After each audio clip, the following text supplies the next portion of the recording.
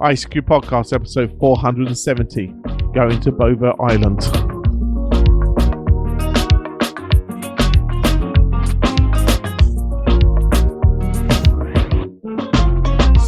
Well, hello and welcome, fellow amateur radio enthusiasts, to episode 470 of the ICQ Amateur Radio Podcast. Supported this episode by Koos van der Hout, PE4 Kilo Hotel, an anonymous donor, Dave Renton, Golf 1 Romeo Echo November, Michael Nutt, K3 Lima Oscar Echo, and Michael Courier Casavant, November 1 X-Ray Romeo Romeo, and of course our monthly and subscription donors. In this episode we're joined by Martin M1MRB, Chris Mike 0 Tango Charlie Hotel, Martin Mike 0 Sierra Golf Lima, Frank Kilo 4 Foxtrot Mike Hotel, and Leslie Golf 0 Charlie India Bravo to discuss the latest amateur radio news. Myself, Colin M6BOI, rounds up the news in brief, and this episode's feature is going to Bouvet Island. Well, we are always privileged and blessed to have such wonderful listeners that help us out with their kind feedback and donations that keeps your podcast advert free. And along with our monthly and subscription donors, we'd like to thank this episode Koos, KE for Foxtrot Hotel. And he's nice simple message saying, enjoying the podcast, guys, and greetings from Koos, PE for Kilo Hotel. So thanks a lot, Koos, for your very kind donation. We also got a anonymous donation. As I say, we're really appreciative for that there, and as I say, there was a lovely positive message that came along with that, so thank you very much to that anonymous donor. Dave Renton, Golf 1 Romeo Echo in November, said he was panicked by saying in your recent episode that Mrs. Me might have to go without biscuits. I'd like to express my appreciation for all the team do in producing the podcast, including the support from family members, who I'm sure have to put up with a lot. So Dave, many thanks, I say, for your very kind donation, also thinking of our partners as well. As I say, it takes time out to produce the show and obviously travel to events, etc. And as I say, without their support, we couldn't do what we do as well. In fairness, that's a good point. So thank you very much, as I say, for that very kind donation. Michael Nutt, K3 Lima Oscar Echo, says, smartest people in radio. Thanks. When I can figure out DMR, maybe I'll catch you on the Digital Talk group. So thanks a lot, Mike. And so you'll be more than welcome to join us on that Digital Talk group. And we finish off with another Michael Courier Casavant, November 1 X-Ray Romeo Romeo, who says, always excited to see a new episode in the podcast feed. Keep up the good work. So thanks a lot for those very kind donations. Frank K6 Foxtrot Whiskey says he enjoys the ICQ podcast, wishing the podcast a long successful future. That's a message from the previous episode that unfortunately we didn't have. Now those donations, along with our monthly and subscription donors, as they pay our way and keep us advert free. We follow what's called the value for value model. So if we've entertained you, educated you, made you laugh, broken up a long commute, etc., and you found some value from your ICQ podcast, please do consider us by going to ICQpodcast.com/donate, where, as I say, anything you can send our way to show that value goes into our running costs, etc., and keeps us advert free. So we really would appreciate you guys really considering us, and as I say, showing that love back. So we do consider going to ICQpodcast.com/donate. Right now we head over to join Martin, Chris, Martin, Frank and Leslie to discuss and generate thoughts about the latest amateur radio news, including Australian ban plan changes and is it time to remove the FCC rules. As always, hope you enjoy. Well, hi guys, and welcome to this episode of the ICQ Podcast. Tonight it's the News Roundtable for episode 470. So we're cracking on quite well nicely. Tonight, I'm joined by Mr. Chris Howard, M0TCH. Hi, Chris. Hey, Martin. Episode 470. We're edging closer and closer to that big number, aren't we? 500, but a little bit of time yet. Was it that year away? We'll have a big... Yeah. No, that's some big celebration. I don't want to fun that, won't we, I suppose? But yes, we're getting there. And yeah, good evening, and good evening to the guys that are waiting to join as well. Yeah. Well, it's about 15 monthmonths away, so I reckon. Just as a quick rough guesstimate off the top of my head. Also over here in the UK, we have Mr. Martin Rothwell, M0 SGL. Hi, Martin. Hello, how you doing? Strangely at the moment. Well, that's a good answer. How are you doing? Strangely. Let's run with that. Yeah. As I said to Frank earlier, I'm ducking and diving and trying to keep out of trouble, but failing miserably. But there you go. You wouldn't know how to keep out of trouble if it came with a manual. True. Mind you, we're men, we don't read manuals. What are they for? No. Real men don't read manuals. Nobody reads the manual. The page is intentionally left blank. Okay, the rest of the manual probably is as well. Bye. Yeah. All right. Over on the other side of the pond, we have Mr. Frank Howell, K4FMH. Hi, Frank. Hey, Martin. Hey, everybody. 15 months. Speaking for us two elderly guys, Martin, that's just a really nice pot of coffee away, isn't it? Yeah, it ain't bad, Frank. It ain't bad. Well, good few coffees, but, I have to sort of sometimes deny I've had a few, coffees, because otherwise, I get a bit aggressive and people get annoyed. Time moves faster as we get older, doesn't it? Oh, certainly does there. And last but not least, back into the UK is our Leslie. Good. Back into the UK. I've always been here. Well, I don't know. I've known you be out in Gibraltar, but only on Jersey and Guernsey and places like that. Yeah, I've been around. You've got to have somewhere to put your money. What can I say? Yeah, very true. So that's Mr. Leslie Butterfields, G0. Good evening, Martin. Yeah, good evening. So, as you can gather, guys, this is probably going to be a live one because I think everybody's in good mood tonight. Unfortunately, Mr. Bill Barnes, WC3B, got called away to a meeting at work, and I hope they don't give him too much grief. So Bill can't make it this episode, but he'll be back for another one, so don't worry too much about that. Okay, our first news story, which Frank sent me and Chris thinks we may go extremely long on, time to jettison legacy FCC rules. Now, there's lots of FCC rules about radio stations in the States, but equally, I think some of these go on in other parts of the world. We'll probably hear from the other guys. But Frank, do you want to go first on this? Sure. Those who kind of are forced to keep up with U.S. politics will know that the current president had a delete argument. Let's just get rid of rules. But this is actually something that's programmed into the Federal Communications Commission to periodically review regulations. This goes back to 1934 and the Communications Act. And then more recently, President Reagan had some policy changes that allowed you to own both a newspaper and a broadcast station in the same market. And then after that, there were some other changes made. Issue here, this is an op-ed by Douglas Holtz Eakin, kind of proud of himself. He calls his ideas Eakinomics. So he makes the argument that it's time to really take an axe to some of these rules. And there's a couple of things I kind of want to, I think he's just wrong on. He says there's no local anymore in the internet era. So we need to do away with barring mergers from major networks like, hey, NBC, ABC, so what if they become one?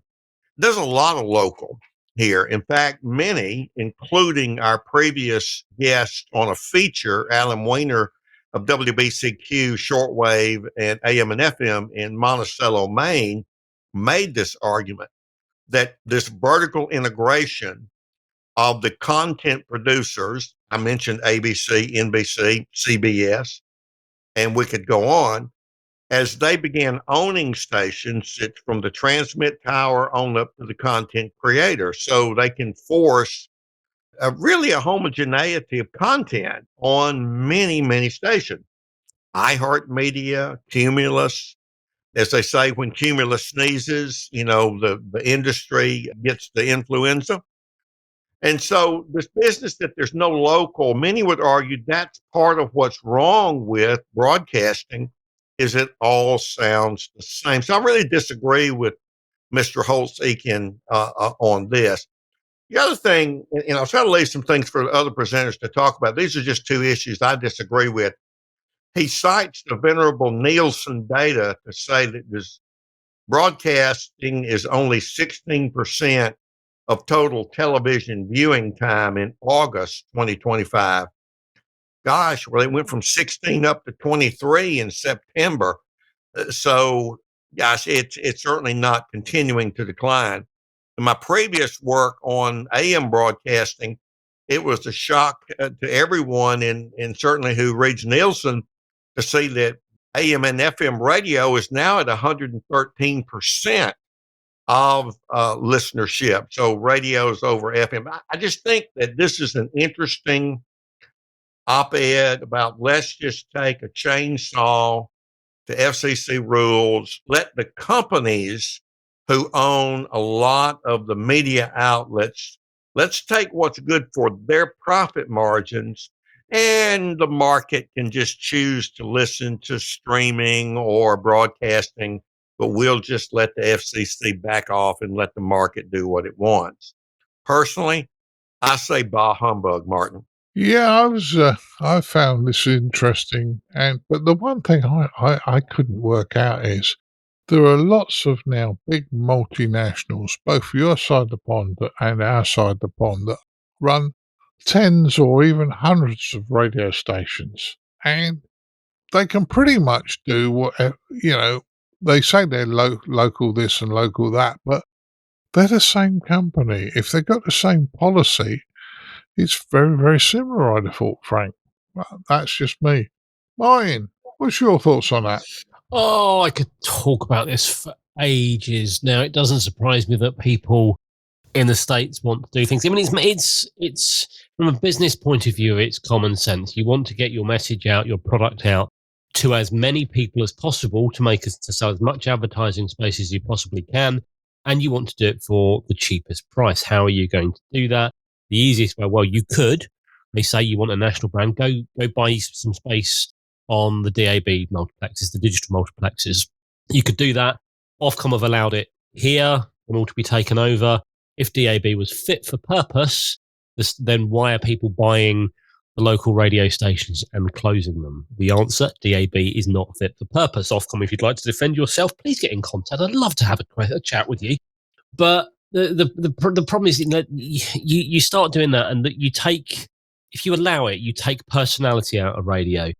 Main groups, radio stations have always been owned by, at least in the last 20 odd years, have always been owned by a group. However many stations, like 20 stations, they're owned by this company. And if you listen to the different stations, the playlists are more or less the same. You might have a song in a different order, but more or less, at this point they're playing Britney Spears, at this point they're playing Lady Gaga or whatever.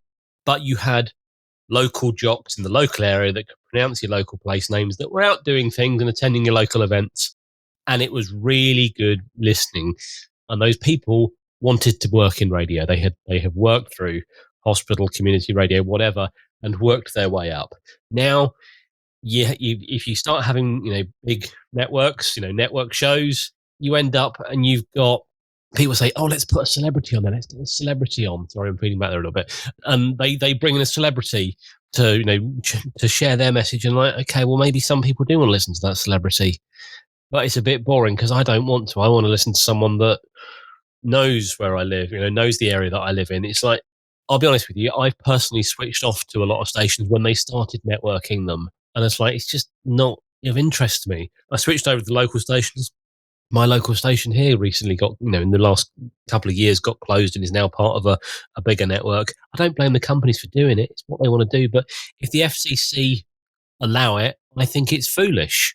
I think they should restrict it. They should force local content, and not just 10% of local content. You should have 80% of your content should be local. The 20% is your network show that goes out from 2 a.m. until 6 a.m. or something, when actually there's probably not that many people listening, and you probably across the whole country you might get the same audiences you might get on one area on the morning show or something like that. But yeah, it's not something I personally agree with them allowing it, but unfortunately they just do what the shareholders want now, don't they? And I'm sure there's more things going on behind the scenes, but I'd love to have a chat with Ofcom about it. But every time I've ever reached out to them, they go very quiet.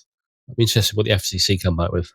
Well, it depends who you've been trying to reach out to, Martin, as well, and whether they want to take us seriously, which is unfortunate. I hope they do. Leslie, have you got any thoughts on this one? I've just been listening with interest because obviously there's the issues that Frank's brought up, and should we say the insider knowledge of the industry that Martin as the issues that he's been bringing up as well. So I'm listening with intent on this one because it's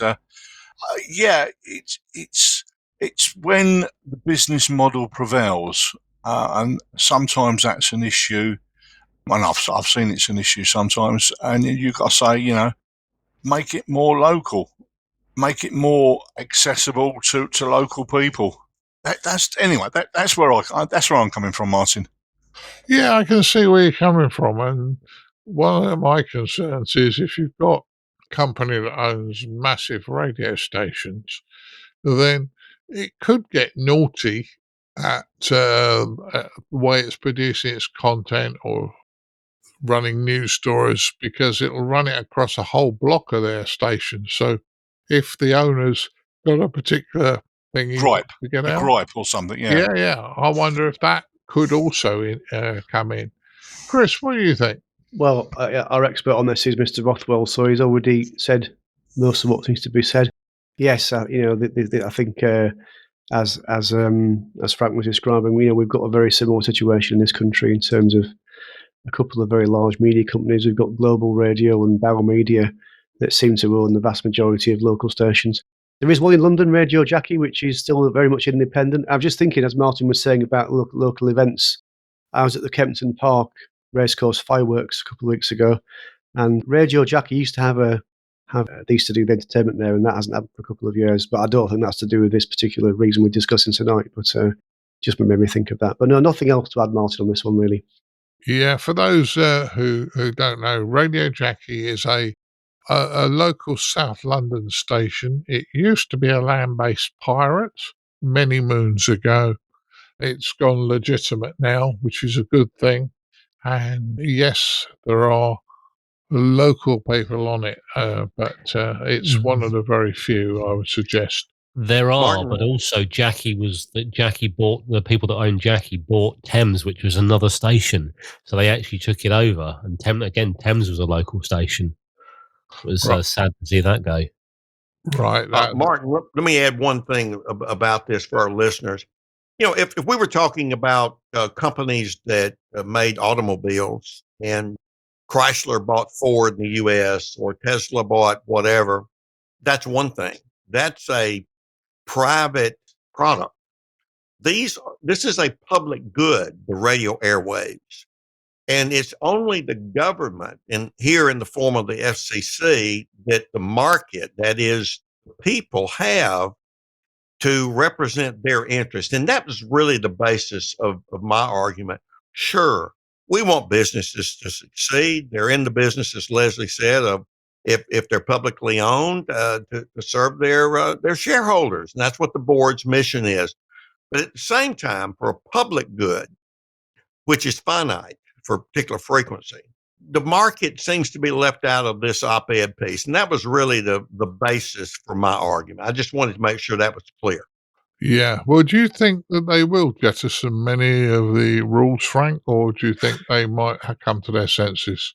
Martin, and with the current administration who appoints FCC commissioners and all that stuff, in general, I would have said no.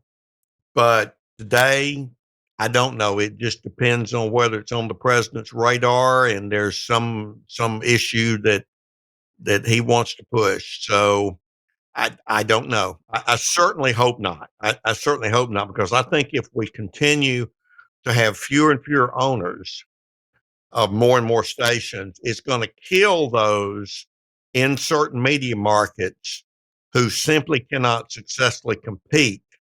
They will go out of business, as some of the other presenters have talked about, and then we'll be left with those who are in the currently profitable markets. And is that a business pattern that serves all the markets, where you've got some markets, particularly in rural areas, particularly in mountain areas, where they no longer get emergency communications because their stations went silent? And that would be what would concern me more. Yeah. Well, this is kind of a follow-on from our lovely chat with the gentleman a few weeks back who owned shortwave and medium wave broadcast stations. And let's hope it isn't all killed off by silly rules. Right, move to our next news story. 2025 Dream Rig SA is a contest for young ham radio operators. And the winner is obviously going to be able to put a radio station in a public location. Now, this is a lot of these are from the US. Frank, I'm going to get you go first on this one again. You know a bit more about this than most of us. What do you think? Well, this is a group, the Intrepid DX group in California. They've been doing this essay for some number of years, and they're doing something a little different this time. They're calling it Amateur Radio for the Greater Good, and it's licensed amateurs aged 25 and younger. They write this essay and submit it as per the rule. Well, the point of this is to convince those who are funding this dream rig, and I'll let the other presenters talk about what it is. It's a full amateur station. But instead of going to a club or an individual ham, it's going to go to a public building like a school, a church, a fire station, community center, hospital. Martin, you and I would certainly argue that public libraries would be in there, but it will be in a public space. That's different this time, and I think that is absolutely an incredible strategy to get amateur radio in front of the public. That, to me, is what is newsworthy about this Dream Rig essay contest. Yeah, and the other thing is, if it's youngsters under the age of 25 who are writing this essay, which is effectively a business plan to put a radio station in a public building, they hopefully are going to be around a long time and work with that public building to use that station and promote amateur radio on air. I think that's brilliant. Leslie, what's your thoughts? Well, Martin, I've been reading this with interest.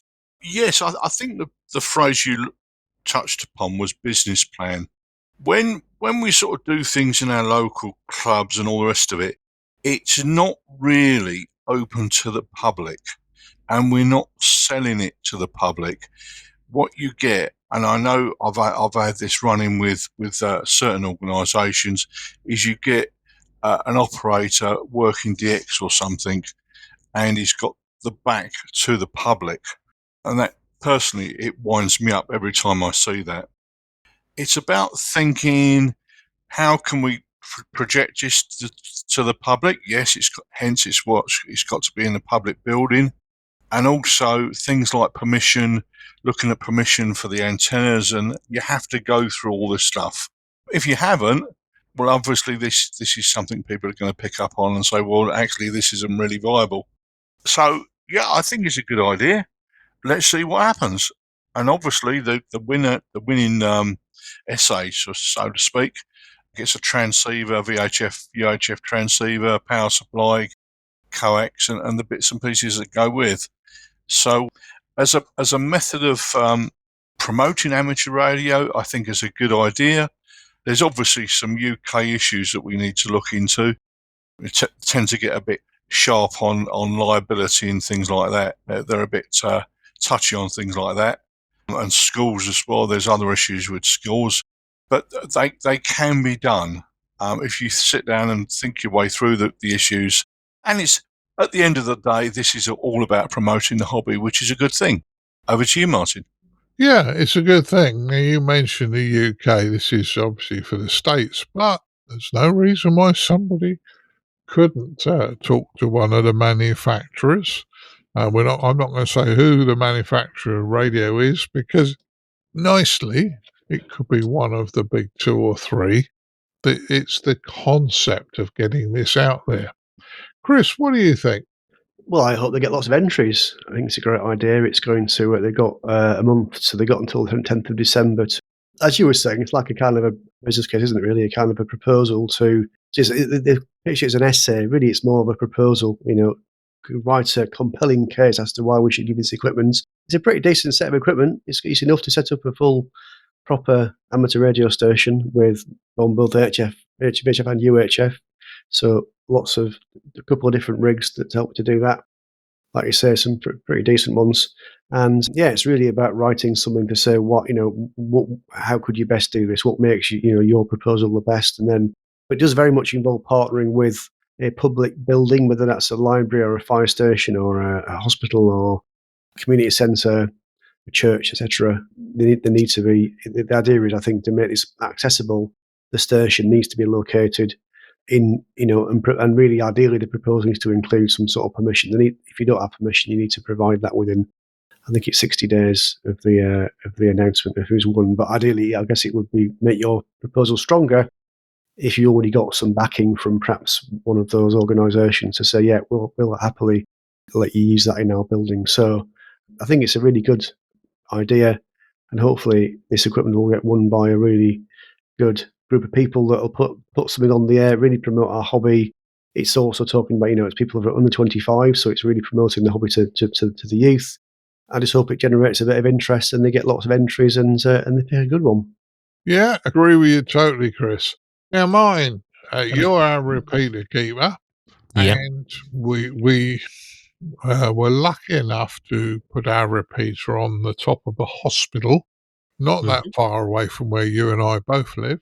Yeah. And that was when we were approached. We were approached one person there who was a member of the club who worked there, and then we talked to other people there. Mm-hmm. Once they realised it was a community project, and we were going to do it for the community, and it had benefits, they were very pro to helping us get it live. And I mean, if anybody is writing something like this, surely they're going to get a similar response to we had, I would have thought, Martin.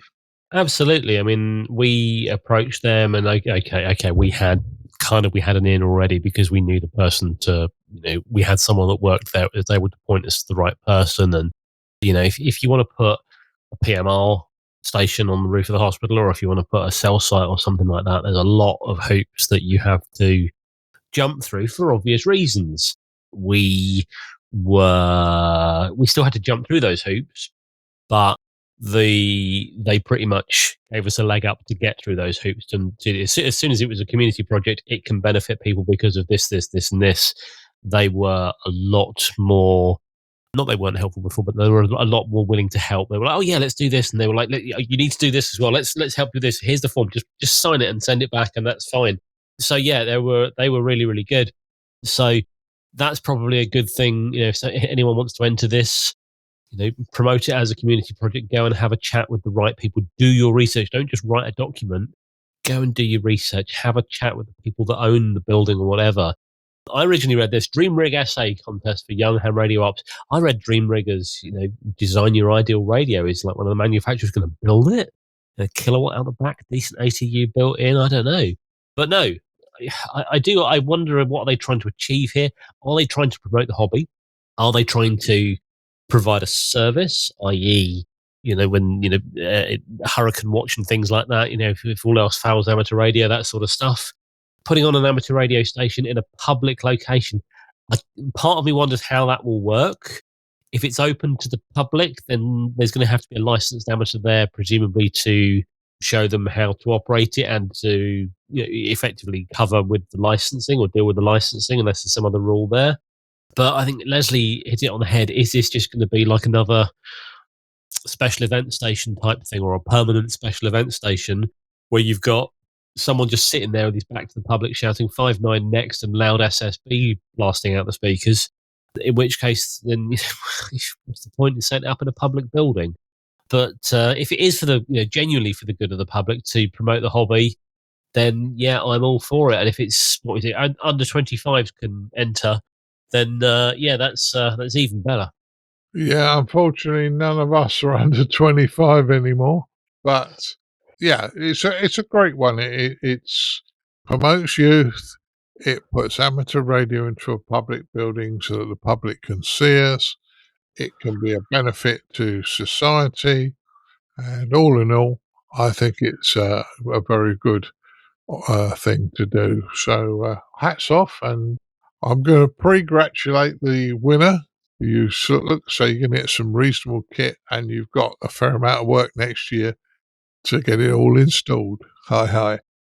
Okay, let's move to our next news story, and the Australian ban plans get a bit of a sweeping review.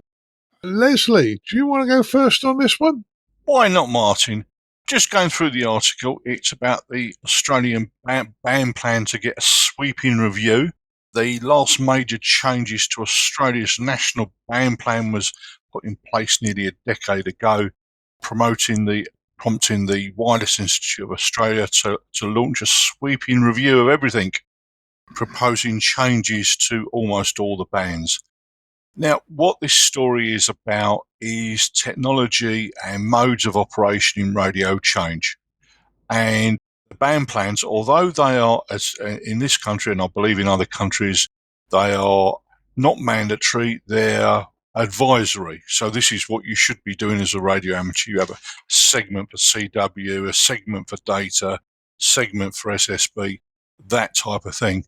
Now, as the modes change, that ban plan becomes out of date, and their technical advisory committee has opened a consultation on this. It's a process. It's about radio amateurs in Australia putting their tuppence in, and something will be formed at the end of the day. The ban plans are not static. That's the whole point of it. They do change over time, and this process is what that's all about. So I hope I've given it a good explanation. Martin, over to you. Yeah, I think you have, and it is fair. And if we don't monitor and make changes to bring us into line with modern technology, we'll just stagnate. And this hobby's not stagnating, which is a good thing. Chris, what's your thoughts on this one? Absolutely, what Leslie was saying, really. So, ban plan is it's not a new allocation of frequencies. This is about what we use our existing frequencies for, and it's an advisory thing. Although, if you don't really follow the ban plan, you're probably not going to be very popular or make many contacts. But it's as Leslie was saying, really, as technology changes, then the ban plan needs to kind of follow along with that. So, we've got things like FT8 now, which wasn't really around 10 years ago, and lots of other digital modes and other exciting things that we do. And this is just going to be a bit of a tweak, a bit of a review to say, okay, this is what we're going to.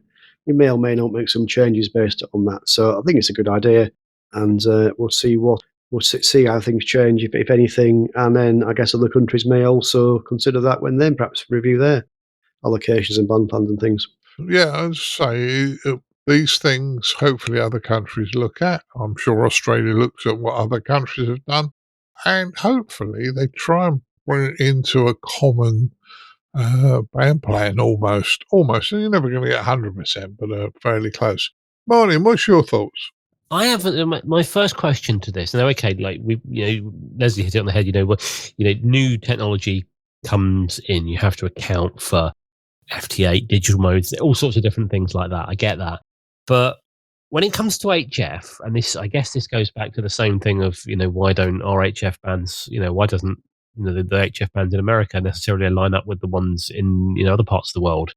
Why do we not follow like an international agreement more than anything? Because you think about it, you could be operating FT, whatever. Okay, maybe that's a bad example, but you could be operating voice here, but in another part of the world that might be assigned for CW. Would it not be more intelligent to someone like the ITU or someone like that, like, here is a band plan, this is what we're going to stick to, and then push that out to all the different parts of the world there? That would seem to be a better solution for that. The other thing I would say on this Can I interject on that? No, you can't. Be quiet. Yeah, go for it. Yeah, go for it, Leslie. Yes, you're correct. I think the word is closely aligned. I think that's the phrase I would use. Yes, they are internationally closely aligned. Are they perfect? No. That's where we are.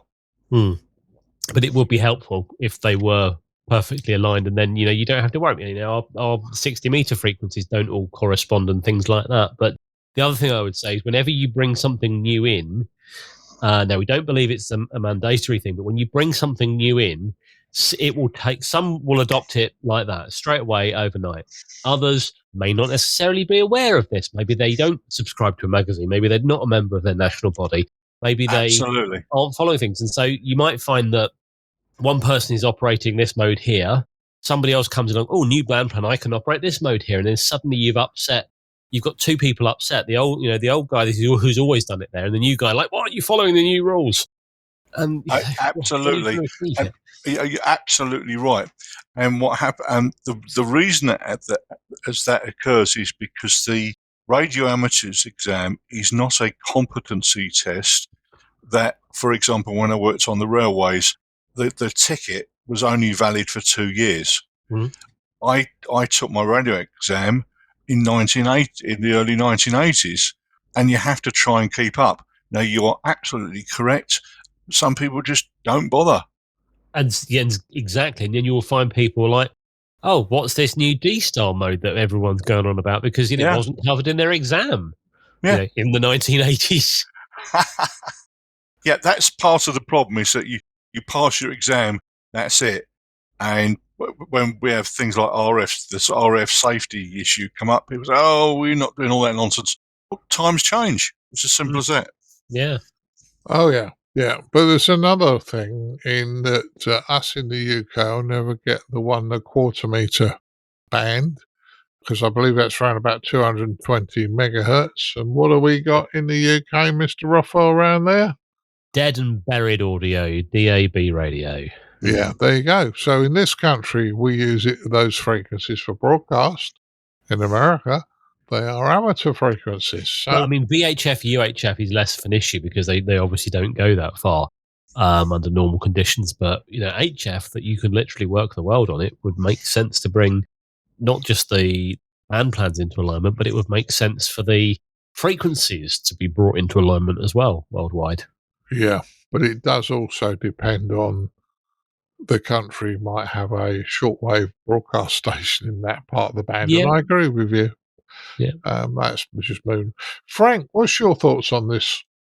I approach it from having served on policy making boards, and making is too strong of a term. Usually, particularly with federal governments, you're recommending to some top officer. I've served on the Secretary of Agriculture's advisory board on agricultural statistics, for example.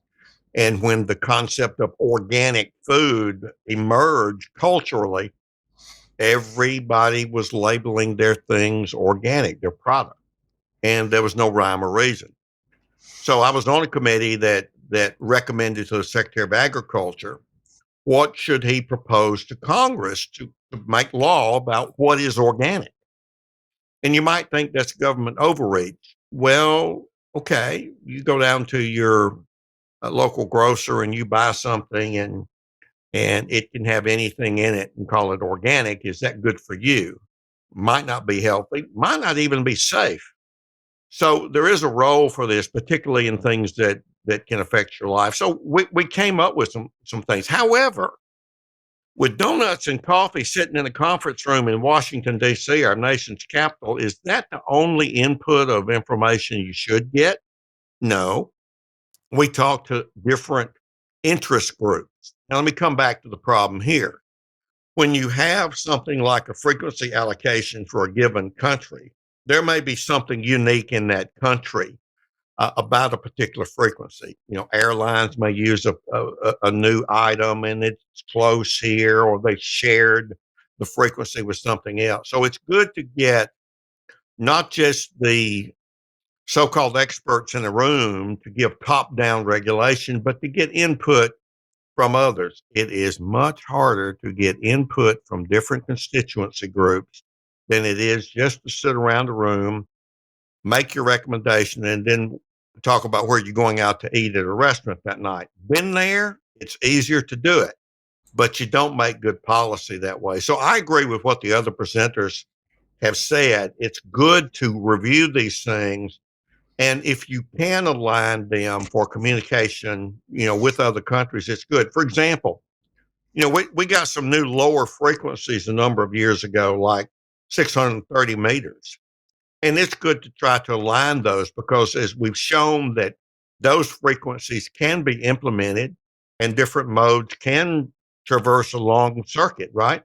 It's good to do that. So in any case, I'm delighted they're doing it because it tends to make better policy, only if you get input from the different constituency groups. So, Martin, that would be my spin on it. And I agree with what else has been said here.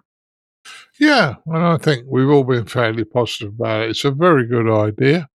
It would be nice if we did live in a perfect world where all the frequencies were aligned, but at least we know why it can't ever be that way. But we can try to make it that way, and reviewing the band plans certainly helps us in that right direction.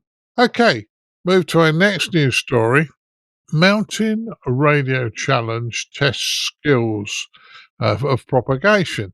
Now, this is another Australian story. Don't switch off. It says CB radio enthusiasts and ham radio people are taking to the mountains and doing some tests. Now, I think this is great because it involves radio enthusiasts, not just us amateurs, but radio enthusiasts. And let's see what they think is going to happen. Martin, do you want to go first on this one? Do you know what? I like this because, again, you said just radio enthusiasts. I know there are people that will, they will grit their teeth and they will say horrible things about CB users. There's nothing wrong with CB. It's just people playing with radios and enjoying playing with radio. Yes, there are some bad operators on CB, but there's also bad operators on amateur radio. Get over it.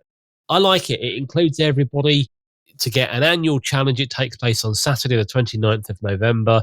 Instead of school kids on beaches, there's a growing challenge to attract CB operators and amateur radio operators on the ham frequencies, many of whom who are also activating SOTA summits. There's loads of stuff going on with this. In the UK, there are some people that actually do go out on the hills and stuff with CB. It's just to get some activity and stuff on the mud. It's lovely to hear, and some really nice things going on. Nice conversations and things you hear. I just like that it's promoting radio as a whole and not just amateur radio, which is a little bit harder to get into than perhaps CB is, where you could literally just buy stuff and start using it. So yeah, I think it's all overall a positive thing. Yeah, well, anything that promotes radio in a good light, I always enjoy. Chris, what's your thoughts? Yeah, this is an interesting one. So I think it's great. I think this is going to get lots of people. It's really a CB radio story. It's actually CB radio operators that are taking on the challenge. Apparently it's been going on for 34 years. I've been doing this for now. So it's not a new thing. The Mountain Radio Challenge, it's across lots of different parts of Australia. And the idea is that we get people with CB, or the people with CB radios, go out onto the hills. It's like a relay, so they actually pass a message on between each station, between the first and the last, trying to make sure the message doesn't change. So it's like, as it says on the website for this challenge, like Chinese whispers. They're passing on a message, and hopefully by the time it gets to the end, it hasn't changed too much. But we all know that if you ever play that game, it doesn't happen. But it sounds like a really interesting one. And the amateur radio angle really is that they're encouraging amateur radio people to go away and also work SOTA summits at the same time. So they may be able to provide some support if required, if anyone gets in trouble, or if they, this to me is like a gateway drug into amateur radio. People bite the what's the phrase I'm looking for? Kind of get the bug, shall we say, by doing this. You never know how many people, if they're going up on the hills and they see people also doing amateur radio and see all the additional things that can do, that might be an encouragement to kind of jump across and maybe get a license. But as you guys were saying, nothing really wrong with CB. So yeah, it's a very interesting one. It's been surprised I haven't heard about it before because it's been going on for a long time. I'm fully expecting Ed Durant, who is our Australian, used to live in Australian correspondent, who'd also does SOTA to be all over this one, I think, because this will be right up his street. So Ed, if you're listening, I'm sure you'll be writing in shortly. But yes, this is an interesting story, and I'm sure it's going to be great fun for those that take part. That's it from me, Martin, on this one. Yeah, I'm sure it will be fun on that one. Frank, what's your thoughts? I mean, I know it's an Australian story, but what's your thoughts? Let me distinguish between amateur radio with a capital A. Those of us with licenses, we tend to think, well, we're the amateurs. But if we use amateur with a lowercase a, anyone who's not professional is doing amateur type radio. So with that in mind, any use of radio is amateur radio with a lowercase a, and that includes CB radio. Here in the States, we have GMRS and FRS, which are sort of in between CB and amateur. You have to pay for a license to be GMRS. You don't for FRS and that kind of thing. I'm very positive about this. I was a CB radio operator as a teenager. I was doing amateur radio with a lowercase a. I learned an awfully lot about radio using illegal linear amplifiers made by Palomar and Yagi antennas on 50-foot poles that I put on and had a rotator. And I was doing amateur radio with a lowercase a, and later went into broadcasting, partly as a result of that. So if we can get beyond our capitalized amateur radio highbrow view of it for a moment, this is the great thing. And if it were licensed amateurs, we would call that SOTA activity and all the stuff that goes in with SOTA operation. So I'm very positive about this. It's going to take CB operators, some of whom might have a capital A amateur radio license. They're going to get out there. They're going to put their skills and their equipment on the line. They're going to see if they can make contacts and how that's going to work. And they're likely to come back the following year and have planned in the meantime of doing it better. And that's amateur, but boy, it's being professional about it, I think, Martin. So that's kind of how I would approach this story. And I'd say good on them. Yeah, as I say, anything radio or positive in radio in my books is always good fun. Yes, I did CB back in the early 80s when it became legal in the UK. I often tell the story of, unfortunately, it used to make me late home from work because I used to do a hell of a lot of mileage for a computer company. You know, I covered they only had 2 engineers and I was one of them. And I covered half the south of England, you know, anywhere south of Birmingham. And I'd be coming home and I'd get into an interesting conversation with a lorry driver who can only do 50 mile an hour on the motorway. And I find myself cruising the inside lane, having a great conversation with him, but getting home late. Hi. So, I've done it as well. Leslie, what's your thoughts on this one? I think it's just a bit of fun, Martin. Just playing with radio. Okay, on the message, onions in France sort of springs to mind. But it's all a bit of fun. It promotes a hobby. Why not? So that's my take on it, Martin. Yeah, I think we've all been fairly positive about it. And we'll say, it's anything playing with radio is good fun. And as I say, right in the middle of my shack, there is a brand new CB I was given. Unfortunately, it doesn't have an aerial connected to it, but I have had it run it mobile a couple of times. Now, chats with Mr. Rothwell, so a couple of years ago. So yeah, it does work. Okay, last news story. DRM, which is Digital Radio Mondial, says it's the best choice for digital radio in India. Now, I think this is quite a good one. I'm going to pass it to Chris first, because Chris and I have been talking about this for some time, and you saw a great lecture as well, Chris. So over to you. Yeah, I was quite inspired. So at the RSTB convention a month or so ago, a chap called Matthew Phillips, G6WPJ, who I think actually works for a company that developed some of this technology, and he was talking about this technology and how it could be really helpful in certain parts of the world where perhaps you've got a large geography, you know, spread over a wide part, you know, for example, places like Africa, maybe India, as per this story, where you might have a population spread across vast distances, where having infrastructure like lots of FM radio, FM transmitters is quite difficult, and using shortwave, which we know can travel further distance, using some of the lower frequencies actually is perhaps a better option.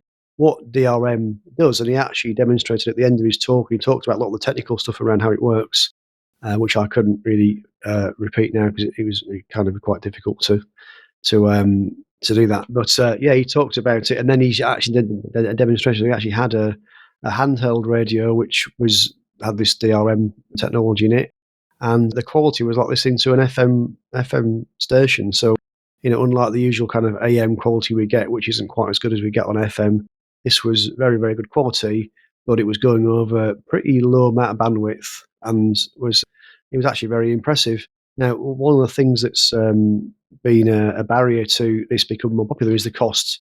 DRM and the licensing is interesting. It's I have to go and look it up. But essentially, it's designed to be quite fair to license. You don't pay like an annual fee. The broadcasters don't pay like an annual fee to use that technology. It's something they pay a one-off fee for, and likewise, I think it's the same with the receivers. So that's not necessarily a barrier, but it's just the cost to actually produce the chips and produce the equipment to do, particularly the receivers. Now, what they're hoping to do is to encourage local manufacture. There's nothing to stop, say, in India or Africa, local companies from actually licensing and producing this equipment. And if they can do it in big enough volumes, that will really bring the price down. So it's one of those things I think they're trying to promote. And if it's successful, and it sounds like in India they're very positive about this technology, and hopefully it will take off there. Well, it'd be good if it took off there because it looks like it's a good technology for this purpose. Then, or for that particular use case, then hopefully that will bring the price right down. And this will become something that's would a bit of a game changer, I think. So those are my thoughts. And in fact, I was so impressed with the talk, I did actually contact Matthew, and he's actually going to do the same talk for the Sutton and Chain Club next year. So all good stuff. Back to you, Martin. Yeah, well, I think if they can get the cost down, like you say, I've seen some very impressive demonstrations on this, and if the cost comes down, then that could generate a lot of good quality transmissions on shortwave into large areas. Martin, what's your thoughts on this? Well, as you say, it's a way of getting a really good quality signal out, with less, it's actually you don't have to build lots of transmitters and get permissions and stuff to put things in, get power to and get feeds to them, that sort of stuff. They talked about DRM. I remember a while back in the UK, and I'm sure they talked about trials on DRM around 26 megahertz. And I had a feeling they were doing something from Crystal Palace Tower, which is like one of our main TV towers for London. I remember at the time having a listen, and there was data, a data stream going out around the frequencies that they said. But I was never able to decode it. I didn't really know what I was doing. I couldn't do anything with it. I tried to follow some things online and things like that, but it didn't seem to do anything. But since then, I've Googled it. I can't find any information at all about said trial. So actually that data stream that I might have heard might have had absolutely nothing to do with it at all. I know, people talked about AM stereo and things for a while. I know AM stereo has been a thing in the US. I think a lot of the stations have shut that down now. But I know Atlantic 252, which came from Ireland, had the technology to do AM stereo, but of course they didn't do it because it takes a lot more power to get on the air, and what's your benefit if no one's got the capability of receiving it? But that in itself was far superior sound qualities as basic standard AM. But I wonder, now that essentially AM stations are being shut down in favour of other things, would this breathe more life into the medium and shortwave bands? Would that be a purpose for switching them back on if you can get that out there and you don't have to invest in satellite broadcasting, considering that obviously satellites have a lifespan? Eventually they will get to a point like it's no point replacing them because land-based transmitters or whatever can deliver the same thing. I don't know, but certainly an interesting technology, and if it's the best choice for radio in India, then fantastic, run with it and see where it goes. Yeah, I think it's a good one. And I know I mentioned about to you guys, but I'll say it generally. If this technology is that good, maybe that'll give us digital voice. We could as amateurs adopt this to digital voice in an amateur radio scenario. And don't give them ideas. We've already got D-Star, DMR, Fusion, and God knows what else. Well, no. We always play with this stuff, don't we? And I suppose it's going to be no wider. It's going to be no wider than an AM broadcast transmission, and people still transmit AM on amateur radio. Not very many, but it can be done. Leslie, what's your thoughts on this? There is an AM Amateur Radio Society, because I'm a member of it. I pay I think it's £10 a year. The guy recently sent me a renewal for my subs. So yes, they do use AM on HF. To be honest, I'm not a digital person, and I don't have enough knowledge about it. But I would keep my eye on it with interest. That's where I am on this, on Martin. Yeah, no problems at all. Well, I know that when we were out doing British Inland Waterways on the air, there was a gentleman in the States on 20 metres, I believe it was, running AM. And at the time, the only rig we had available was the Zygo G90, which received it beautifully. But obviously, it's 20 watts SSB, which equates to about 5 watts AM. And in fairness, even across the pond, the guy got half of our call sign. He kind of knew we were there. He didn't get the full call sign. But there are people using AM. Frank, last words on this one? Well, Martin, I'm not directly familiar with DRM. I remember when it came out, I was a shortwave listener at the time. There was a license fee and that kind of thing. And I was buying an SDR. And I think Wind Radio in Australia, where the company's located, had a license, a hardware license, I guess it was. But I wound up buying a Perseus from Italy. That was my only real thought contact with DRM. India is a country with a high population density, so FM works very well in those types of locales if it's not too terribly mountainous. And so this is a tried and true, kind of well-known modulation type. And so that's a pretty conservative choice, or at least the argument is for their Telecom Regulatory Authority of India. So that's the kind of recommendations there. So I wish it well, and I hope that it does work and that they have great digital radio in the future. We might copy them if they do. Yeah, we could very well do, but I hope it works very well, and I'd really, really like to see DRM working in large volumes throughout the world, personally. Right, that concludes our news stories.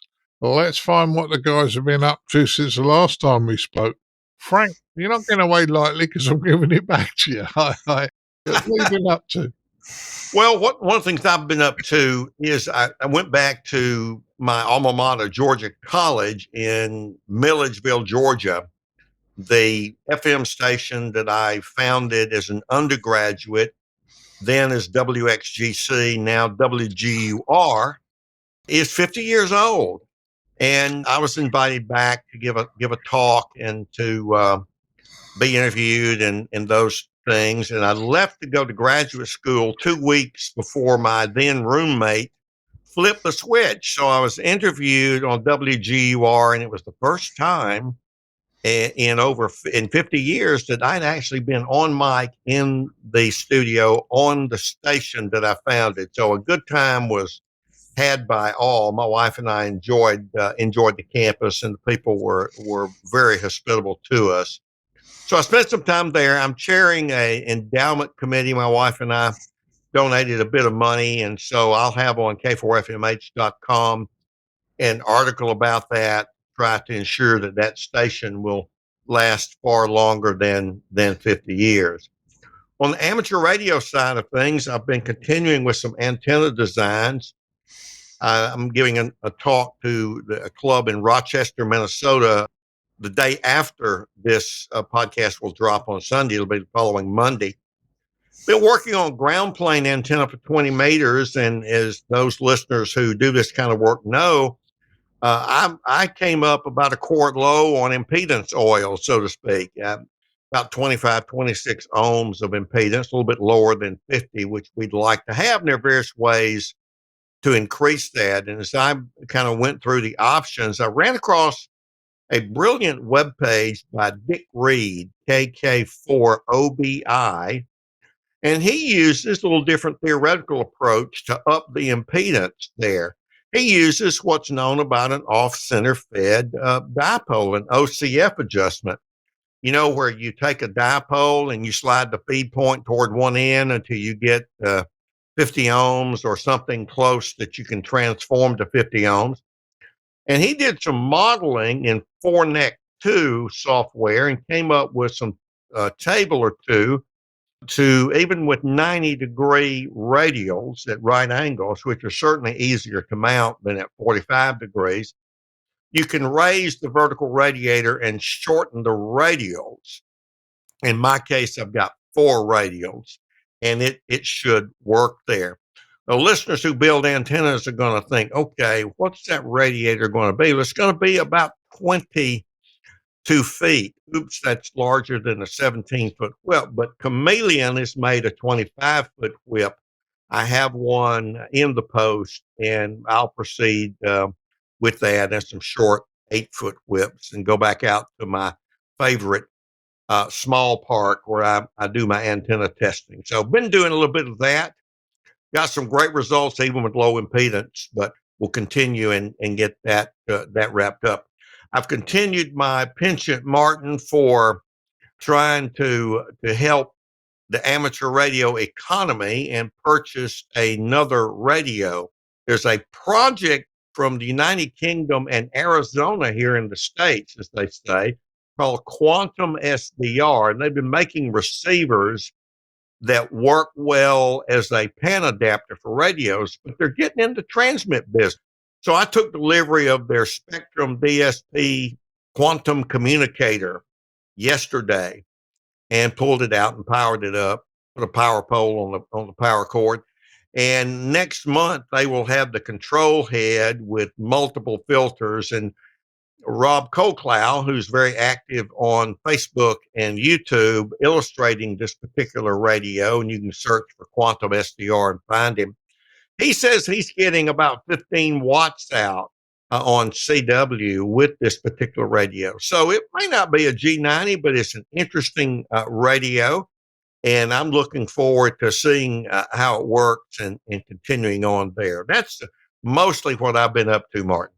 Well, that sounds like you've been having fun, Frank. It certainly does sound like you've been having fun. So, yeah, keep us updated. Okay, Leslie, what have you been up to since the last time we spoke on the podcast? Not very much, Martin, this end to report. My new club that I belong to, Loughton Club, they had a nice fish and chip night, and I think it was thoroughly enjoyed by everybody. So that's the only thing that's been happening this end, Martin. But maybe some news next time. Yeah. Well, I know you enjoyed moving into your new club, and I think they're treating you well, which is the good thing. Yes. So pleased about that, Leslie. Pleased about that. Martin, what have you been up to since the last time we spoke on the podcast? Again, it's been quite quiet. I have also been listening on the talk group. I'm a bit quiet on there recently, not much going on, but I have put some calls through. I had a couple of contacts on 4 meters in the car the other day, just tuning around, heard someone call through. And I don't like leaving, if someone calls more than once, I don't like leaving CQ calls unanswered if I can possibly help it. So I went back, had a couple of calls, a couple of chats on 4. Although I do get a little bit annoyed when people are calling, constant, special event station calling CQ on the 2 meter calling channel. Like, okay, I get this, but it's like going on for an hour and like, you've already spoken to me. I don't want to keep listening to this. But that's a whole other story. Tuning around HF a bit, little bit of stuff on there, not too much. The only other thing I've been doing today, actually, I've been programming some of our work radios. These are not conventional radios. They're comms headsets. They are radios. We call them radios. They work with a repeater in the building, but they operate on DECT channels, and you can do a hell of a lot with them. So I've been programming them up with different profiles and stuff for the different people that are using them, giving them the channels that they need, and also the different profiles for the headset. So, you've got this kind of headset, your microphone needs to be have this much gain, your headset, your earpieces need this much gain, and your line in and stuff for any other audio feeds and stuff need to be this. So that's been a bit of a learning curve. I did a course on it that the company provided about a year ago and haven't had to do very much with it since then. But started doing a bit more programming on that. But other than that, that's pretty much all I've been playing with. Right. Well, at least you've been playing, and So we had chatting the other day, which is good news. Yeah, good one.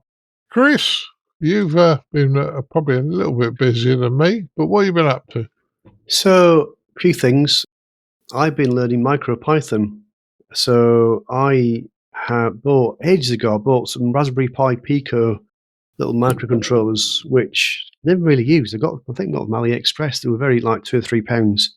I think I gave one to you, Martin, as well. So you can have a go once I've figured it out. So yeah, I've been learning MicroPython, which essentially is a kind of a cut down version of Python that's used to program these microcontrollers. I've got a bunch of kind of got into it a little bit. I bought a bunch of things from AliExpress, a bunch of different modules, so things that you can put displays like OLED displays and LED displays, that sort of thing. I've got a few things, the input devices. I've got some GPS modules. I've got some touch sensors, that sort of thing. So I've been playing, really learning about how this stuff works, and actually it's pretty straightforward. So I have an idea for a club project that it's going to involve, because I've had a bunch of guys up at the Scout Hall where we meet on a Monday night learning Morse code. So I thought, I wonder how difficult it would be to create a Morse tutor using one of these Raspberry Pi Picos. They're probably similar to an Arduino. I've got one of those as well, but I've never really played with it. But there's lots of pins you can use for different things. Lots of these GPIO pins. Some are for inputs, some are for outputs, some are for both. Some support different connection methods. There's things like I2C. There's a bunch of ones I'm learning about. So I'll be watching some really good videos on YouTube about it. I've just got a book as well about it. So I'm sort of trying to learn now a little bit about this technology. It's something I thought, blimey, why have I taken so long to learn this? It's actually really interesting stuff. So yeah, that's kind of what I've been doing, and I might actually come up with a project for the club to do if I can figure it out myself and make it reproducible. Perhaps create some instructions, then people can go away and perhaps build their own little Morse tutor. That might be a good little learning exercise for me, and it might be useful as well to have something like that, in the longer term. So there's that. I think I mentioned on the last podcast I was on that I was struggling a little bit with Ofcom trying to get the club call sign sorted out. That's finally been sorted out. I did have to put in a complaint, but that was finally done. So that's all done and dusted, which is good. And just finally today, I was trying to use the ICQPodcast talk group on DMR and found that my open spot wasn't responding. I've had to reconfigure it. I think it just lost its configuration. I haven't used it for a while. I think maybe the battery went flat or something, and it's lost its configuration. So I had to go in there and just reconfigure it. Thankfully, that's not too difficult a job, and that's now back on the air. So, and then finally, I thought, just one on the back on Ofcom again. I was listening with interest. Last episode, we talked about the changes to the Ofcom have introduced around things like the intermediate licensees, and you can actually now apply for an M8 and an M9 call sign. So I was actually logged on earlier to the Ofcom licensing portal, and I was having a little look around there. I didn't actually dare change any of my call signs, because at some point fairly soon I think they're going to take away anyway my foundation and intermediate licenses, because I've got a full license now. You don't want those old ones are going to take away at some point. But I could go and change my intermediate to an M8 or an M9 call sign. I was just seeing what was available. I was looking to see if there was MAT, so as in MATEY, MATEY, but that had already gone. I thought it might be quite a fun one, but so I didn't bother to change mine. But yeah, that's it from me, Martin. Yeah, well, it sounds like you've been having a fair bit of fun. Well, I've kind of been up to things, but not as much as I'd like. Have been playing with my QMX Plus, as I keep boring people with it. It's just, I enjoy fiddling with it. Now, I've got mine working on SSB now, and I know lots of other people have. I managed to find a USB microphone insert, an electric insert, that works down to 2 volts. The QMX puts out 3 volts, so it now works, and set the software up. I've seen power going out when I use the microphone. Haven't had a contact yet, but that's just because I'm QRP. And the worst part about it was I then found out my HF antenna's gone very, very sick, so I've got to fix that as well. But we'll get around to that. But nice to, I'll tell you that my QMX is now working on SSB, and I did a couple of other changes to it, which I'm quite pleased about. Was at the repair cafe on Saturday. Lots of people bring all sorts of stuff in for repair. Some of it's repairable. Some of it should have gone long ago in the bin, but they bring it in. We have a look at it. If it's repairable, it gets fixed. If it's not, well, life moves on. I've had a computer problem. I've got a Microsoft Surface Go 3 Colin gave me, and all right, now I'll upset the Microsoft boys. It's got Linux on it. It's got Ubuntu, and it's worked very, very well up until about a week ago. And something went wrong with the configuration, and I spent ages and I just couldn't find it. But it decided that it didn't want to be a computer anymore. It wanted to be a tablet, and it would bring the keyboard up on the screen, and it wouldn't work with its external keyboard. So I got annoyed with it, and I've rebuilt it. Also installed another access point in the house, so Mrs. B should be happy when I'm recording, because she's got a super duper access point up in the bedroom where she's up there watching telly at the moment. Chris and I also bought clamp meter testing pods. Great little tool.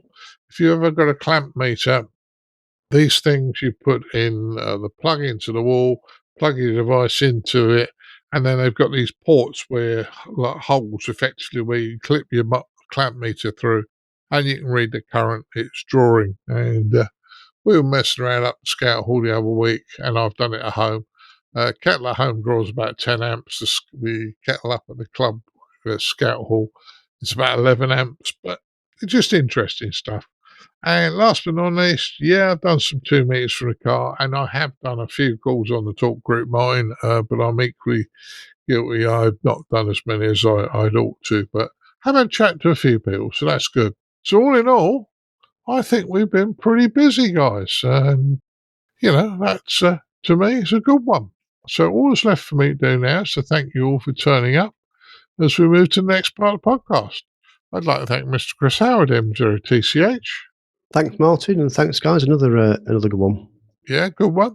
I'd like to thank Mr. Martin Rothwell, M0SGL. Thank you. It's been fun.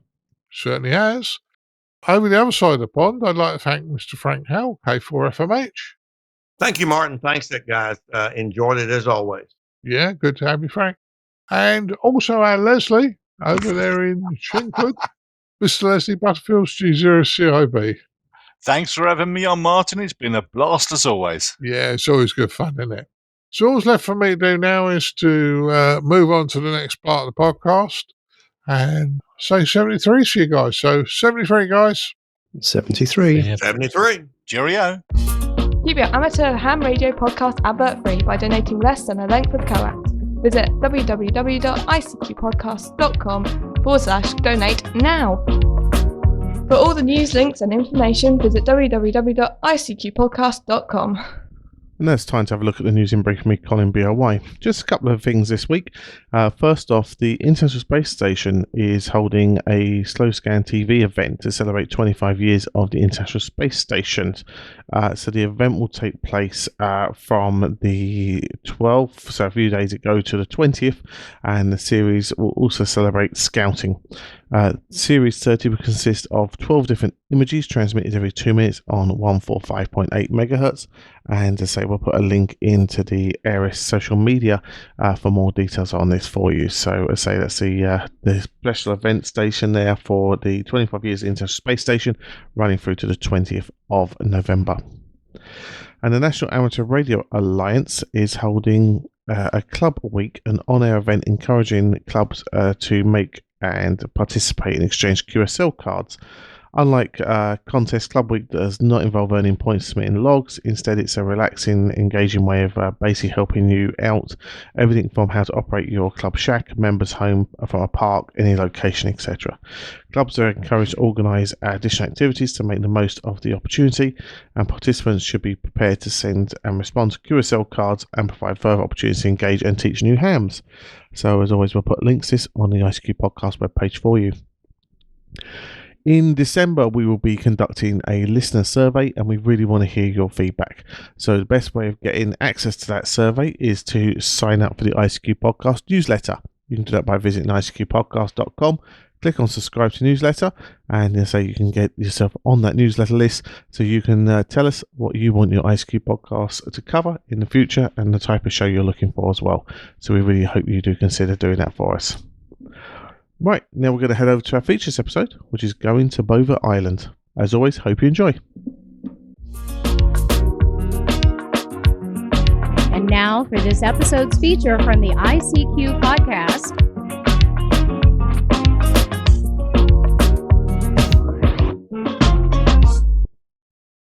Hi, this is Dan, KB6NU. I'm here today with Dennis Ward, KT8X, one of the Bouvet 2026 DXpedition members. As it happens, Dennis is also a member of my ham radio club. Several months ago, he gave a presentation about the 3Y0X DXpedition, which is supposed to happen this February. Dan, I have to interrupt. And it was so fascinating, I decided I had to get him on the ICQ podcast. So, welcome, Dennis. Well, thank you, Dan. Thanks for having me. I have to give you a couple corrections. Our call sign is 3 Yankee 0 Kilo. Yeah, that's what I said. Okay. I thought you said X, but that's all right. I misunderstood. Thank you for having me. I appreciate your time.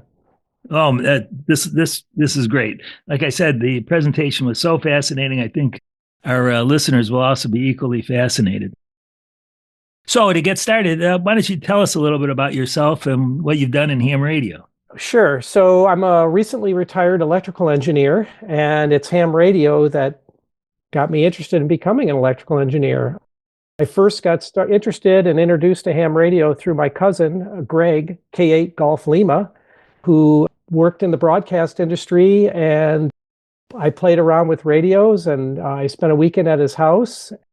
My brothers went to school near where he was living at the time, and eventually I got my license when I was 14, in ninth grade in high school, and it was back in the day when we had to go to the FCC field office. So for me, that was Detroit. And after to get an upgrade. And at the time, for my first upgrade, I had to find a ride to Detroit. I couldn't drive. I wasn't even 16 yet. But I took my novice exam in the basement of a local ham's shack in his house. And he just found a station at around 5 words per minute, had me copy the code. I upgraded to extra a couple years later when I was a senior in high school. And then I went in the military for 7 years. And when I was in the military, I was able to operate overseas from Germany for 2 years. My call was Delta Alpha 1 Whiskey Delta. And I even got an opportunity to operate in Korea for a year as Hotel Lima 9 Japan Zulu. Eventually got out. I went to school, got a degree in electrical engineering. And at some point in my ham radio career, I had a big tower. I've been a lifelong DXer. And You're actually on the ARRL DX committee now, aren't you? Yes, I am. I'm on the DX advisory committee now. My friend Stan, from where I grew up, Alpha Charlie 8 Whiskey, served for 13 years, and he was looking to step down, and I offered to pick that responsibility up. So I'm just getting my feet wet there with that group of esteemed DXers. And so that's kind of where I'm at today. Well, very cool. So what made you decide to join this DXpedition? Well, it's funny. I saw a post on social media about a year and a half ago that they were looking for operators for Bouvet and Peter 1. And I knew that I was going to be retiring, so I'd have the time because these are, 7 or so week endeavors to be gone from home. So it's pretty hard to hold down a job and be gone that long. So I emailed, I was contacted by Caesar VE3LYZ, and Caesar asked me some questions. I answered those over email. Caesar then interviewed me, and then the leadership group offered me to join. That I had met the requirements that they were looking for as an operator, both in terms of experience, being able to afford it. It's not cheap. And also having the time and, physical conditioning. So, and I thought, why not go? Because fortunately, I've worked them all. I'm at the top of the honor roll, and I'd like to give back to the amateur radio community in that way. Yeah, tell us a little bit more about the, if you will, you don't want to be too personal if you don't want to get into that. But what are the financial obligations, and tell us a little bit about the physical fitness stuff too. Sure, no problem. So the financial obligations, currently all the operators are paying approximately $22,000 each to join the DXpedition. And that's kind of our buy-in, so to speak. I've had to spend a couple $1,000s just on gear to go there. I've flown to Norway twice to do preparation work, a couple of workshops that I've paid for. And I'm flying to Cape Town, South Africa at the end of January. So, of course, there's expense involved in that ticket. Regarding physical preparation, I've been pretty active the last 20-some years. I've raced several marathons, several triathlons. I'm a 2-time Ironman triathlete. And really, the conditions on Bouvet are going to be very physically demanding. The weather is not good. It's always windy. It's almost always raining. The terrain is hard rock, hard volcanic rock. So we have a lot of equipment to put together, a lot of antennas to put up, tents to put up, generators to maintain, so on and so forth. So it's basically camping off the grid. Everything we take on the island has to come back. We can't leave anything on the island whatsoever. So it's going to be a very physically and mentally demanding trip. And it's really imperative that we be in good physical condition to go and partake. Yeah, that's really something. That's something I think maybe a lot of people don't think about. It's not like even going to a South Pacific island. I mean, and no offense, I mean, those guys work really hard, but the worst thing you have to worry about is sunburn. And with us, we've got to stay dry and warm. The temperature kind of straddles the freezing mark in the day and the night. It gets cold at night. Things freeze up, gets a little snowy, warms up in the day. It's all wet again, and it's challenging. Well, that'll be interesting. I always sometimes make a joke that it's against regulations that somewhere in Part 97 that radio amateurs can't really exercise. That's certainly not the case for you guys. No. I mean, a lot of guys have put together some workout routines. I don't know the specifics and who's doing what, but Ken LA7 GIA has made it really clear to the team that, I mean, we really need to be, physically and mentally prepared for this trip. That might make a good QST article. The physical training regimen for de-expeditioners. That's true. I had never thought about that. I mean, one of the things I'm going to try to do is do some journaling on the trip, and we'll find out if my exercise routine has me ready for it or not. So how many people are on the team currently? Roughly 18 to 20-ish. Right now, we're interviewing a couple of new members, so that will increase the count. And it's a multinational team. I think we've got 10 to 14 countries represented as well. US, Canada, Norway, France, Italy, let me think, Faroe Islands, Iceland, Ukraine, for example, and one or two others. So it's a very, very diverse group of operators that are going. Have you met any of these folks before? Yes, actually, I've met just about everybody on the team now through the course of the 2 workshops that we've had in Norway. The first workshop was in May, and we were doing some early preparations. We learned how to put the tents up. We got to try some of the dehydrated meals we'll be enjoying while we're there. And then the second workshop that I went to was in September, where we finished packing the container, and it went out on its way on October 1st. So I think there's only 1 or 2 people that have not been able to join the workshops for various reasons. So it's a very good team. Everybody gets along great. There's a lot of team spirit, a lot of camaraderie, and everyone's very excited to go. Well, it sounds like you guys are certainly doing a lot of training. That should bode well for the effort. Absolutely, and we're all looking forward to it. And I don't think anybody's taking it lightly. The demands that'll be put upon us once we arrive. So, what are some of the plans? How is, maybe you can outline what's going to happen. So we're planning to depart Cape Town, South Africa on February 1st. So that's when the team will get back together. I'm actually getting to Cape Town about a week before our departure.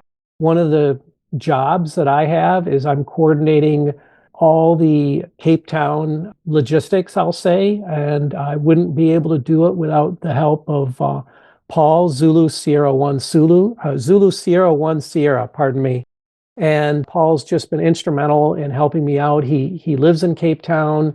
He assisted the Hurt Island expedition, I think in 2018, and he's graceful enough to help us. So the team will get that together. The container will be loaded.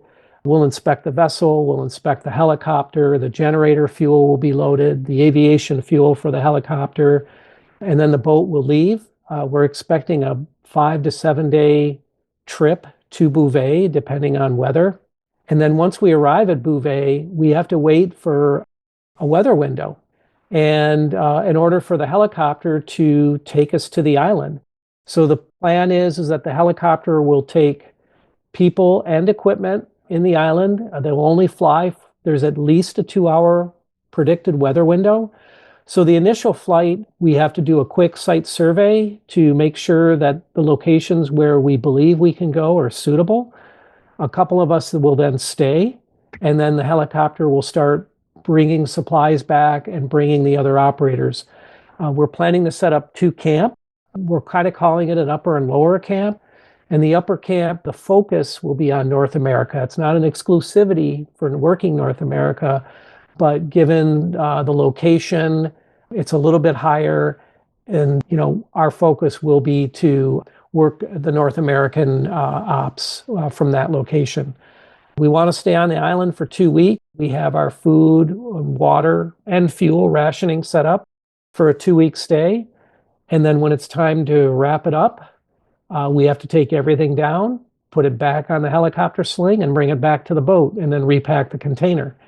So it's a pretty big effort. I mean, I'm estimating, each camp may take a couple of days to actually build out completely. It's going to be a lot of work. And then we'll come back to Cape Town. Well, it certainly sounds like it. Who has dominion over Bouvet? What country? Norway does. There's some stories online. It was actually discovered by a Frenchman whose name is Bouvet in the 1700s. So that would be, 1700s. And nobody did anything with it. And I think at one point Britain claimed sovereignty, but Norway claimed sovereignty, I think like in the 1920s, 21 or 23. So Norway is the sovereign nation for Bouvet. So we had to receive our landing permits and basically permission to go there from the Norwegian Polar Institute. That's it. That's interesting too. Yeah, it is, because you think of Norway and the polar regions, which is true. I mean, Jan Mayen and Svalbard, but actually Norway has 2 islands that are sovereign to it in the Antarctic. Well, Bouvet's in the sub-Antarctic, and then Peter 1, which is in the Antarctic, which is a follow-on the expedition planned as well. So where is Bouvet on the most wanted list? Currently, Bouvet is number 10 on the Club Log most wanted list. So even though there was a group of operators there in 2023, 3 of those operators are co-leading the team and have been there, which is really amazing because they know what the conditions are like. They know where we're going. They've been there. And things didn't work out quite so well, so they're applying a lot of those lessons learned. And still, Bouvet is still really high and happens to be number 10. So we're hoping to knock that down quite a lot of notches while we're there. Just out of curiosity, what are numbers 1 and 2 these days? I'd have to look it up, but I believe North Korea and Scarborough Reef are probably 1 and 2, and I think San Felix is probably number 3. I think those are the top 3. I'd have to look it up real quick, but I'm pretty sure off the top of my head. Well, yeah, North Korea makes sense. Yeah, and Scarborough too. Yeah.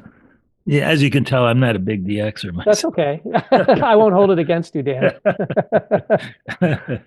So overall, how much is this thing going to actually cost? It sounds like really expensive. It's uber expensive. So our total budget for Bouvet is $1.7 million US. Wow. It's incredible. So what we've done is we have a private group of private explorers, if you want to call them that are financing half the trip. And then the other half is up to the amateur radio community. And so how that's being financed is through our buy-in, our dues, our fee, our joining fee, individual donations, club donations, and organizational donations. We've received a $100,000 grant from the Northern California DX Foundation, and they've offered to match club donations, which up to this point has been about $38,000. So we're still looking for clubs to donate because there's quite a lot of matching left from NCDXF, matching funds available for us. And then our next biggest contributor is the International DX Association, Indexa, at $20,000. And everything's on our website, all our sponsors, their logos and ranges. And again, I mean, you look at the individual donors, it's just amazing the generosity that individual donors have shown for our effort. I'll just throw in here that the URL for that website is 3yankee0kilo.com, 3y0k.com. Correct. Yeah, I urge everyone to check it out. The pictures it's a real picture of Bouvet. You'll see a little tent from 2023, and that's one of the locations we'll be. And that was taken on a really good day. I don't expect it to be like that very much when we're there. and even that, it looks a little bleak, if you ask me. That was a good day too. So just what do you think a bad day's like? Yeah, really. Jeez. Well, anything else you want to tell us about this? It sounds amazing. I could probably go on. I mean, we have radio sponsorships, we have antenna sponsorships, we have equipment sponsorships. I mean, we have our big sponsors are ICOM. We'll be running ICOM rigs there, primarily the 7610. DX Engineering has been incredibly generous for us, and WeMo, our Innov antenna from Europe, and various other sponsors. We're going to be using a lot of spider beam poles for wire antennas. You know, it really didn't become real. It was kind of an abstract project for me until I bought the ticket to Cape Town. Yeah. And now the clock's ticking and it's getting real. So, I mean, we're all looking forward to it. You know, the safety is paramount for our trip. Everything we're doing has safety in mind. We have safety plans in place. We have an emergency evacuation plan in place if we need to evacuate the island and the helicopter can't take us. We have those plans in place. We have 2 experienced guides that we've hired to assist us, particularly with the emergency evacuation. One of those was one of those guys, the guides, was there in 2023, incredibly experienced in the Arctic and Antarctic, and having been to Bouvet before. So everything we do is really with a focus on safety as well. I mean, we can celebrate and we can, you know, cheer our glasses after we're back on the boat safely and have made a lot of cues. Yeah, that's for sure. You want to be safe. That's Absolutely. What I tell my students all the time in the tech classes. Safety really seriously. It's really, you know, in anything that we do within the hobby, it's really easy to kind of get caught up in the moment and forget about safety, but safety has to be the first thing we think of. And especially on a trip like this, you know, we're planning to have a team doctor, but there's only so much a team doctor can do. We're a week away from any medical facility. So, you know, safety is paramount. No, I said, I think that's kind of, you know, what I can relate for now. I mean, I'm sure I'll have plenty of stories. Yeah, maybe we'll have you back on when you get back. That'd be my pleasure. Thank you. Thank you very much for talking to me today, and good luck on the trip, and make a lot of contact. Thank you, Dan. I appreciate your time. Thank you for having me, and I'm looking forward to the pileup. See you later. Bye.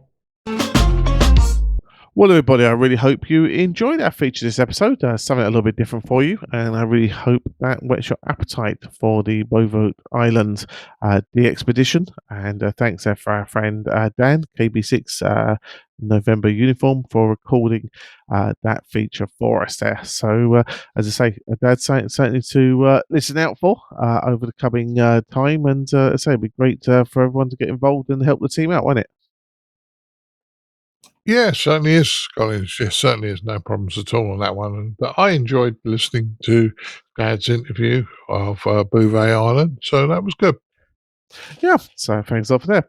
Now, as I say, as always, you can get involved in your ICQ podcast, say by sending us your feedback via the various methods we have, and that can either be via the website, various social medias, etc.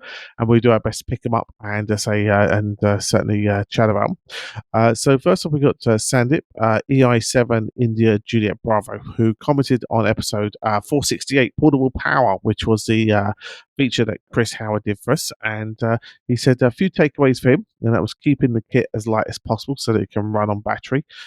He didn't know that the US was on 120 volts, and read the manual on portable batteries to understand how to safely use the same. So certainly some important takeaways from Chris's feature there, Dad. I'm sure you would concur with a lot of what Sandip is saying. Yeah, well, Chris did a great feature for us, let's be honest about that one. And with features now, we're trying to do some interesting things. We've always have done interesting things, but we're trying to do interesting things. So sometimes they're not fully radio, but they're all kind of radio related that all interleave with your knowledge and help expand the whole thing. So, yeah, I thought that was a great feature from Chris.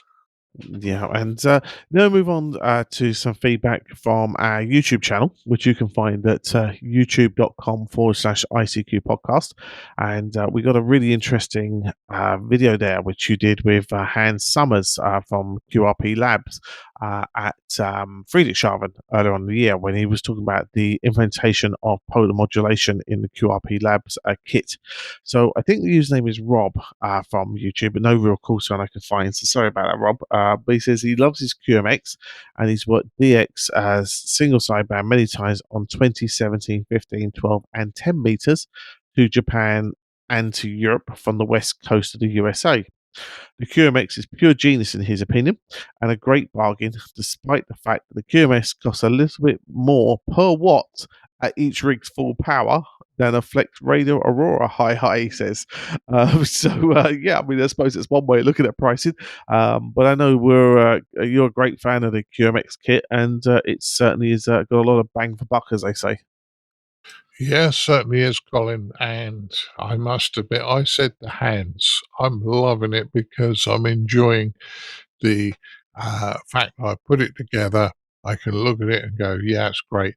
And I did mention what I've been doing, but I managed now to get a microphone insert that works at the lower voltage.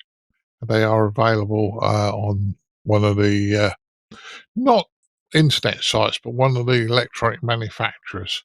And you just look for the right voltage level. And mine's now putting out power on SSB.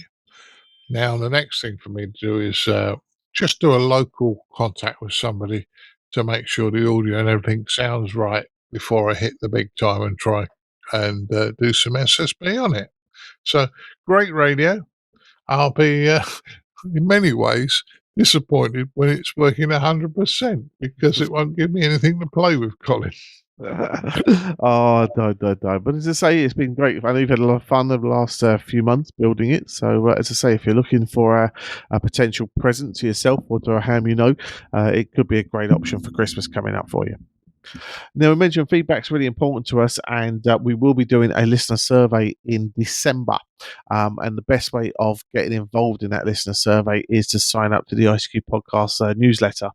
To go to ICQPodcast.com and click on the newsletter link, sign up there. The good news is we don't sell your email address. There's no advertising inside the newsletter. And most importantly, it'll give you an opportunity to get onto that survey when we run it in December, so we can start to, mold your ICQ podcast to what you want it to be going forward. So we really would appreciate, you guys letting us know, your views by signing up to that newsletter. Make sure you're on that survey in December.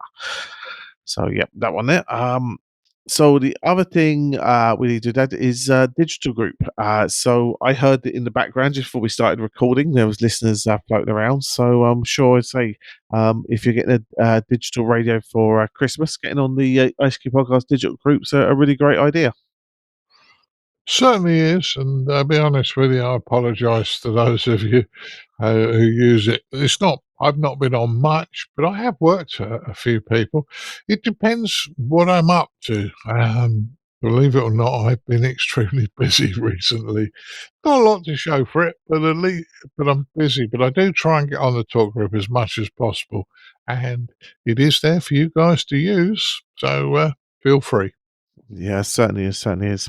Now we've got to thank our wonderful donors who have heard our call to action and has helped us out in refilling up the cookie jar to make sure there's treats for Mrs. B at the end of the show. But more importantly, as well, is to make sure that we have funds to pay our way and make sure our bills are covered, etc., to keep your ICQ podcast produced for you every fortnight and advert free. So I'd like to thank again. Koos van der Hout, I think it's pronounced, so it's PE4 Kilo Hotel. Our anonymous donor, Dave Renton, Golf 1 Romeo Echo November, Michael Nutt, Kilo 3 Lima Oscar Echo, and Michael Courier Casavant, November 1 X-Ray Romeo for your one-off donations, gentlemen. Many thanks for helping us out, and thank you as well to our monthly subscription donors for continuing to provide the support that you do. So we really do appreciate, as I say, everybody that, as I say, is helping us out, as I say, along the way, and keeping your podcast show advert free and produced for you every fortnight. So thanks a lot, everybody, for being involved. Of course, as I say, we need everybody to continue to show the value they get from their ICQ podcast. So if you've learned something, if you've been entertained, if we've made you laugh, if we've just broken up a really long drive for you and made your day a little bit better, please do consider us and turn that into a financial figure that you can go to ICQpodcast.com/donate, and say you can show that value you receive from our show, and say no matter what that monetary figure is the value you received in the show, send it our way, and it all goes towards keeping your ICQ podcast advert free. Now, of course, we'd like to also thank Chris Howard on Mike 0 Tango Charlie Hotel, Martin Rothwell Mike 0 Sierra Golf Lima, Frank Kilo 4 Foxtrot Mike Hotel, and Leslie Golf 0 Charlie India Bravo for taking part in the news roundtable with your dad. So thank you very much, guys, for your views and opinions on the hobby. We really do appreciate it. Right, well, as I say, Dad, there's pennies for buying the contents for the cookie jar. Hopefully it's nice and full again. So I'm going to send you off now to make Mrs. B her cup of tea, and make sure I say there's a nice treat for her there. Maybe a nice crumbly chocolate chip cookie or something like that from the cookie jar. And as I say, bid you 73s, and make sure you look after Mum. Yeah. Well, I need to sort your mum out with a nice drink in a minute and something. I couldn't hear because I was recording and she's down the other end of the room, but my hearing's going to be looked at next week, so hopefully your mum will be a bit happier about that. But there you go, Colin. I'll say 73s to everybody. Exactly. Well, 73s all, and we'll catch you all again in a fortnight's time. 73s all.